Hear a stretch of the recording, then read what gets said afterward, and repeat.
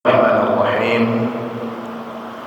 Assalamualaikum warahmatullahi wabarakatuh.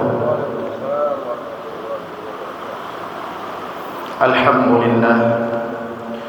Alhamdulillahilladzi bi ni'matihi tatimmus shalihat wa bi fadlihi tatanazzalu al-barakat wa bi rahmatihi tunalu al-maqasid wal ghayat.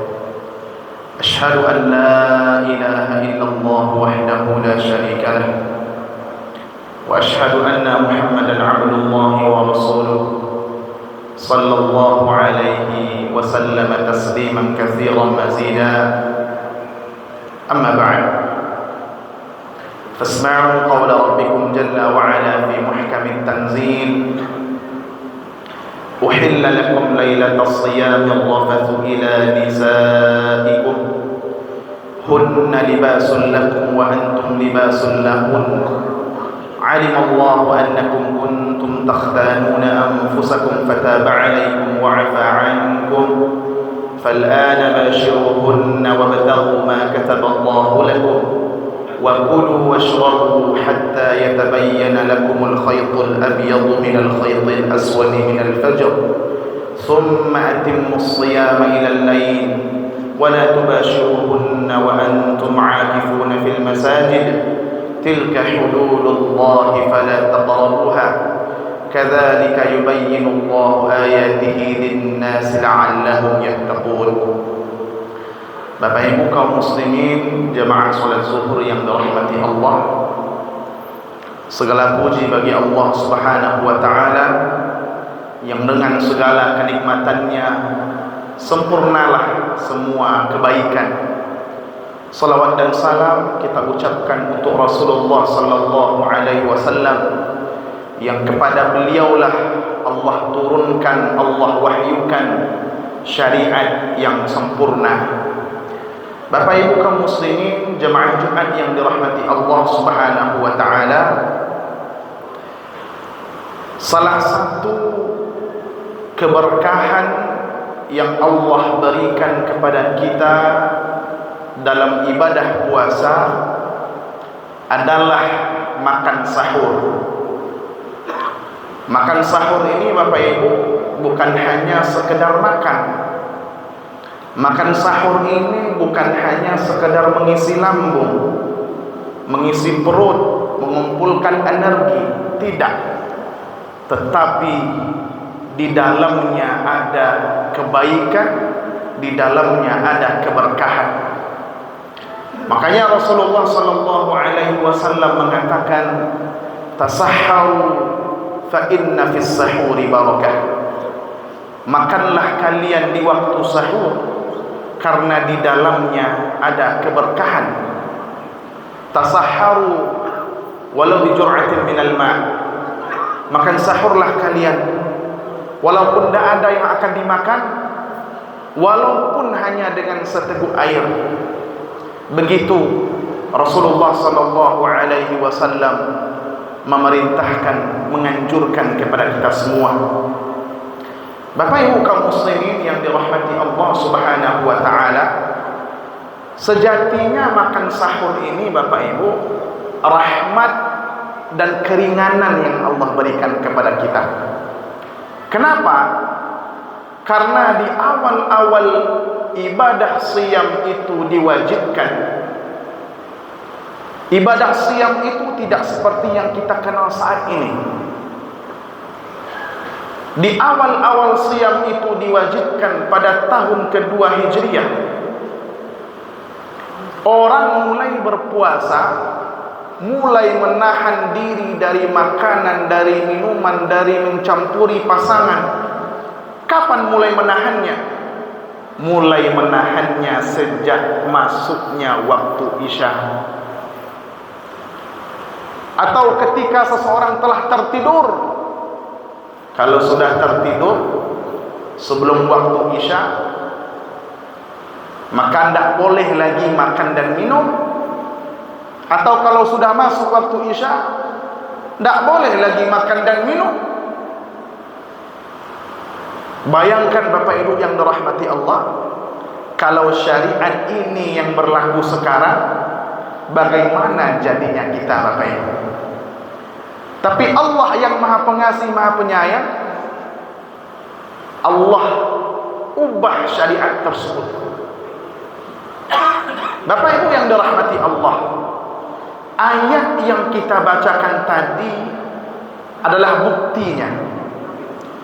Allah Subhanahu wa taala katakan, "Uhilla lakum lailatas shiyamir rafathu ila nisaikum."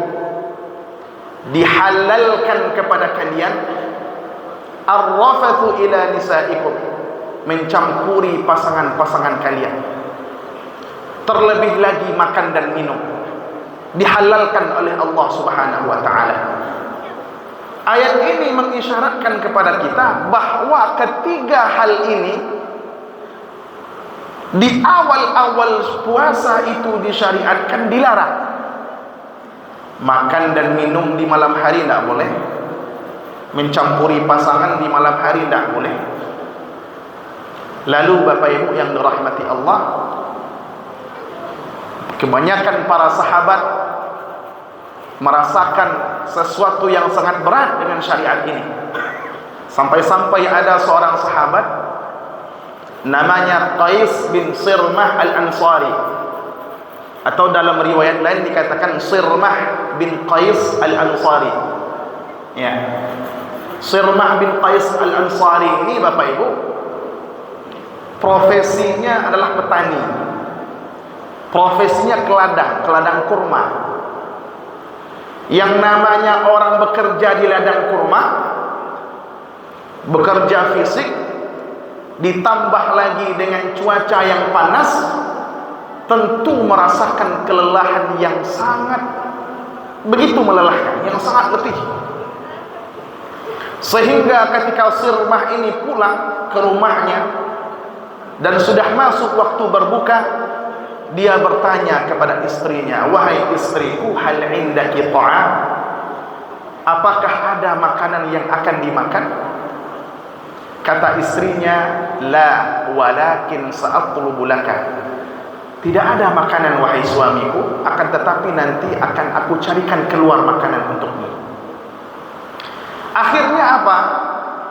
Sirmah bin Qais ini karena kelelahan yang sangat, Bapak Ibu yang dirahmati Allah, akhirnya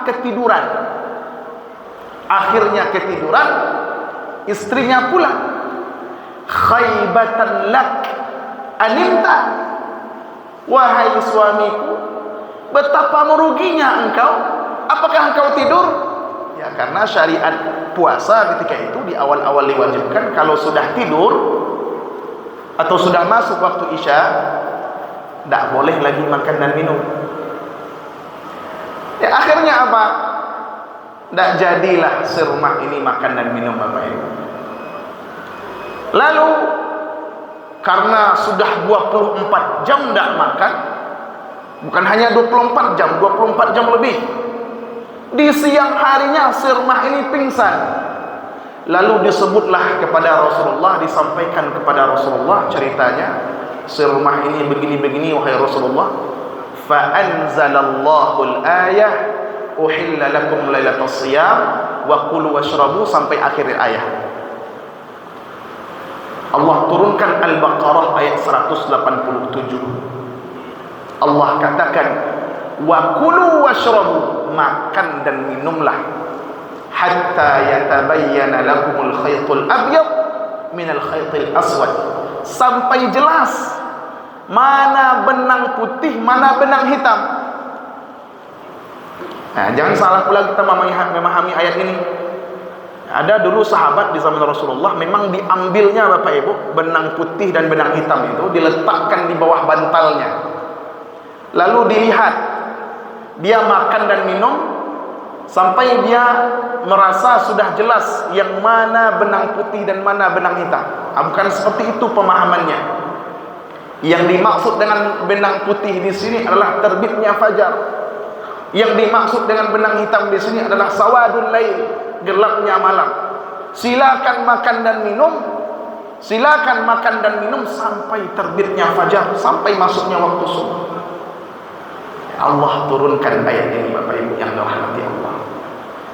Kaum muslimin, Jemaah salat zuhur yang dirahmati Allah Subhanahu wa taala. Hal ini membuktikan kepada kita Bapak Ibu bahwa sejatinya Allah Subhanahu wa taala Maha Pengasih, Maha Penyayang dengan kita. Allah sayang kepada kita. Allah berikan keringanan kepada kita. Allah berikan keringanan kepada kita Bapak Ibu. Di samping itu, makan sahur ini juga berfungsi sebagai pembeda antara puasa kita dengan puasa ahli kitab. Puasa ahli kitab tidak ada makan sahur Bapak Ibu, karena memang puasanya sejak waktu Isya, tidak ada makan sahur.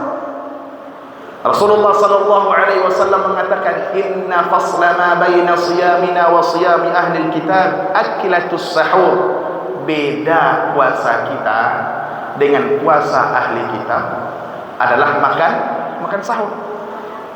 Syariat Islam ini Bapak Ibu selalu berusaha untuk menyelisihi ahli kitab. Kita disunnahkan puasa Asyura, ahli kitab juga puasa Asyura. Tetapi apa bedanya? Kita disunnahkan puasa pada tanggal 9-nya, puasa Tasu'a namanya.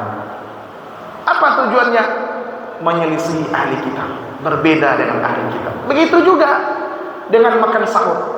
Makan sahur bukan hanya sekedar mengisi perut, bukan hanya sekedar makan dan minum, tetapi di dalamnya ada keberkahan.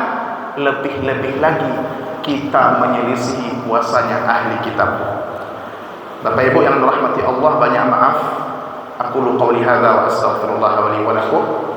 Nasrun minallah wa fathun qarib. Assalamualaikum warahmatullahi wabarakatuh.